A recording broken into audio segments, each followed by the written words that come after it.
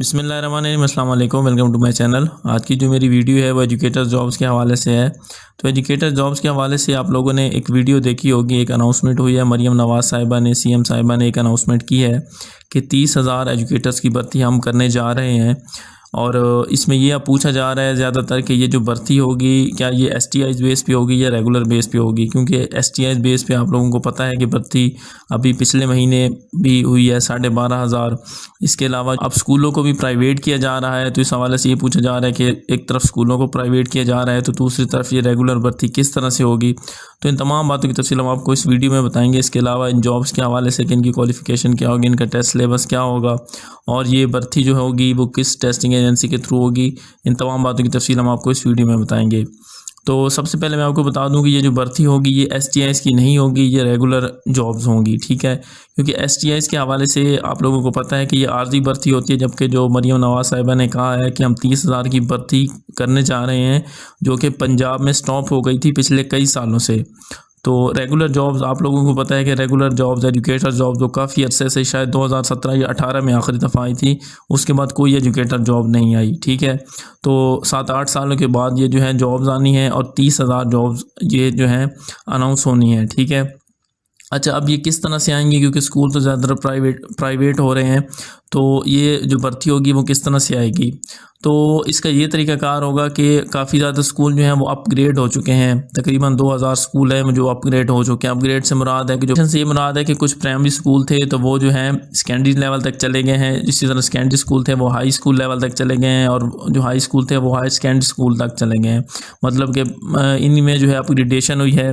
लेकिन उसके अंदर ये हुआ है कि काफ़ी स्कूल्स के अंदर जो है एसएनई जो है क्रिएट नहीं हुई, मतलब उनकी जो सीट्स थी वो सेंक्शन नहीं हुई, यानी कि उनकी क्लासेस तो बढ़ा दी गई हैं। फ़र्ज़ करें कि एक स्कूल 5वीं जमात तक था तो वो 8वीं जमात तक हो गया है, लेकिन उसके अंदर जो असातिज़ा की कमी थी वो नहीं पूरी हो सकी। उसकी वजह यह है कि उन्हीं असातिज़ा को कहा गया था कि आप लोगों ने ही इनकी क्लासेस को मैनेज करना है, ठीक है। इसी तरह से कोई सेकेंडरी स्कूल था, मतलब 8 क्लास तक स्कूल था, 8वीं क्लास तक, तो अब उसको 10वीं तक किया गया है। तो उसके अंदर ये किया गया है कि उन्हीं स्कूलों को, मतलब उन्हीं असातिज़ा को जो है इधर उधर शफल किया गया है और उनके अंदर कोई भर्ती नहीं हुई। भर्ती उसके अंदर हो ही नहीं सकती थी क्योंकि उनकी सीट्स जो थी वो मतलब कि सेंक्शन नहीं हुई थी, उनकी एसएनई नहीं बनी हुई थी।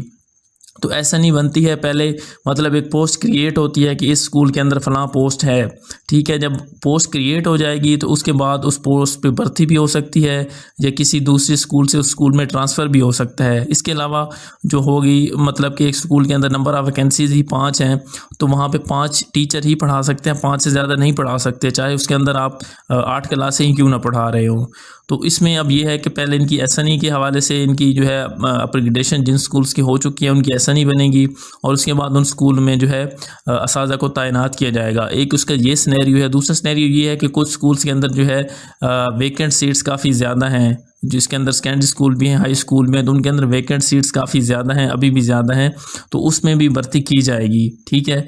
अच्छा, इसके बाद अब एसटीआईज़ की बात कर लें तो एसटीआईज़ के हवाले से भी ये कहा जा रहा है कि उनका जो दूसरा फेज़ है वो अगस्त में शुरू होगा और उनकी भी तकरीबन 23,000 जो होंगी एसटीआईज़ की भर्ती भी की जाएगी। तो ये दोनों जो चीज़ें हैं ये साथ साथ चलेंगी। रेगुलर भर्ती के हवाले से अभी जो उन्होंने अनाउंसमेंट की है उसके बाद इसकी फ़ाइनल सिलेक्शन बजट के बाद ही होगी। एक बजट मुख्तस किया जाएगा एसएनई के लिए, उसके बाद सीट्स क्रिएट की जाएंगी और उसके बाद इसका इश्तिहार आएगा। और ये भी लाजमी नहीं है कि ये 30,000 की भर्ती जो होगी एक साथ होगी, ये मुख्तलिफ फेज़ेज़ में हो सकती है, डिफरेंट फेजेस में ये भर्ती होगी, ठीक है। और इसके अंदर बाद में डिफाइन किया जाएगा कि प्राइमरी लेवल पर, सेकेंडरी लेवल पर, हाई लेवल पर कितने कितने टीचर्स को भर्ती किया जाता है। अच्छा, उसके अलावा एक और भी बात इसमें ये पूछी जा रही थी कि अक्सर कह रहे थे कि स्कूल्स अब प्राइवेट हो रहे हैं ज़्यादातर, तो उसके अंदर रेगुलर जॉब्स कैसे आ सकती हैं। तो आप लोगों को मालूम होगा कि हेल्थ डिपार्टमेंट और एजुकेशन डिपार्टमेंट, तो इन दोनों को प्राइवेटाइज किया जा रहा है। हेल्थ डिपार्टमेंट के अंदर भी काफ़ी प्राइवेटाइजेशन जारी है। उनके जो छोटे लेवल के हॉस्पिटल थे जिनको बीएचयू कहा जाता है, उनकी प्राइवेटाइजेशन का अमल शुरू है, ठीक है। उसके बाद उनके आरएससी या टीएच को भी प्राइवेट किया जा सकता है। लेकिन उसके अंदर भी आप देखें कि पीपीएससी के अंदर कुछ माह पहले ऐड आया था, तो उसके अंदर 3,000 जो स्टाफ नर्सेस थी उनकी भर्ती हुई थी। और अभी भी जो है मेडिकल ऑफिसर और women medical officer MOs WMOs की भी भर्ती हुई थी। तकरीबन 1,000 एमओज की और 1,000 WMOs की भर्तियों को मतलब इश्तिहार बार आया था और उनकी जो भर्ती का अमल पीपीएससी के ज़रिए कुछ कंप्लीट हो गया है और कुछ जो है कंटिन्यू है, तो वो भी रेगुलर बेसिस पे जॉब थी। ये जो नर्सेस की थी ये भी पहले दिन से ही रेगुलर बेस पे जॉब थी, ठीक है। तो दूसरी एक तरफ बेशक प्राइवेटाइजेशन का अमल जारी है, लेकिन दूसरी तरफ जो है रेगुलर जॉब्स भी आ रही हैं, उसी तरह से अनाउंस हो रही हैं। काफ़ी और डिपार्टमेंट में भी आपको पता है कि रेगुलर जॉब्स पीपीएससी के अंदर तो अक्सर आती रहती हैं। तो ये जो है इसमें आपने ये नहीं कहना कि ये मतलब सारी चीज़ें प्राइवेट हो जाएंगी तो रेगुलर जॉब्स नहीं हो। उसके अंदर अब यह है कि पेंशन को ख़त्म किया जा सकता है, अक्सर जॉब्स पे वो ख़त्म हो चुकी है। तो अब ये जो रेगुलर भर्ती होगी इसमें हो सकता है कि पेंशन जो है उसमें ना हो, ठीक है, लेकिन उनकी जो भर्ती होगी वो रेगुलर ही होगी और उसके बाद जो बाकी चीज़ें हैं वो बाद में डिफ़ाइन की जाएंगी। अच्छा, उसके बाद अब ये जो भर्ती होगी 30,000 की, इनका टेस्ट कौन लेगा? तो इसके अंदर जो भी वैकेंसीज़ होंगी 16 लेवल तक, मतलब BS 16 की जो भर्ती होगी, जो हाई स्कूल लेवल पे होगी, जो SST टीचर्स भर्ती करेंगे, तो उनकी जो भर्ती होगी वो PPSC के थ्रू ही होगी, ठीक है। PPSC के अलावा उनकी भर्ती हो ही नहीं सकती, क्योंकि BS 16 और उससे ऊपर की जितनी भी जॉब्स होती हैं उनके लिए PPSC देना ज़रूरी होता है।